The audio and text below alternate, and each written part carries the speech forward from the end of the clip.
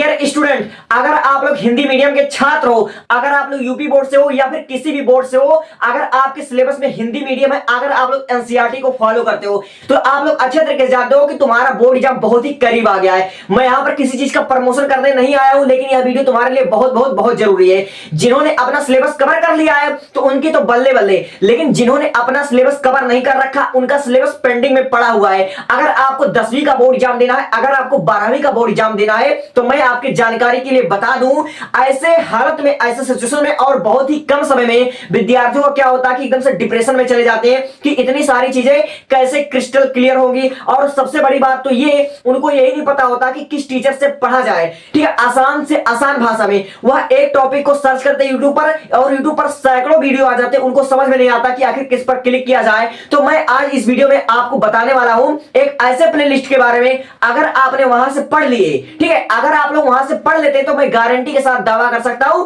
अगर आप लोग कमजोर से कमजोर हो, बुद्धू से भी बुद्धू हो, तो आपको एकदम से गारंटी के साथ समझ में आ जाएगा। ठीक है, जो आप लोग पीछे देख रहे हो वह इंग्लिश ग्रामर का है। ठीक है, अगर मैं आपकी जानकारी के लिए बता दूं, अगर आपकी इंग्लिश थोड़ा ही वीक है, अगर आपको ग्रामर में थोड़ी थोड़ी डिफिकल्टी आती है, थोड़ा बहुत भी अगर आपको प्रॉब्लम है, आपको नरेशन नहीं आता, आपको वॉइस नहीं आता, आपको ट्रांसलेशन नहीं आता, अगर आता है लेकिन क्रिस्टल क्लियर नहीं है, कहीं ना कहीं फंस जाते हो, तो मैं आपको ऐसा प्लेलिस्ट के बारे में बताने वाला हूं। मात्र 20-20 मिनट के वीडियो में, मात्र 20 मिनट के वीडियो में तुम्हारा narration A to Z clear, और 20 मिनट के वीडियो में तुम्हारा assertive sentence, imperative sentence, interrogative sentence, जहां से तुम्हारे बोर्ड एग्जाम में प्रश्न बन सकते हैं। अगर तुम एक बार देखते हो, तुम कमजोर से कमजोर विद्यार्थी, तुम्हारे दिमाग में बैठ जाएगा, इस बात की मैं गारंटी लेता हूं। और सेम इसी प्रकार के, जैसे मैंने बताया, नरेशन हो गया, एक्टिव एंड पैसिव वॉइस हो गया, कक्षा 12 के हो गए, तो सिंटेक्स हो गया, और ट्रांसलेशन का मैंने इतने आसान से आसान भाषा में मैंने समझाया कि आपके एक ही बार में समझ में आ जाएगा।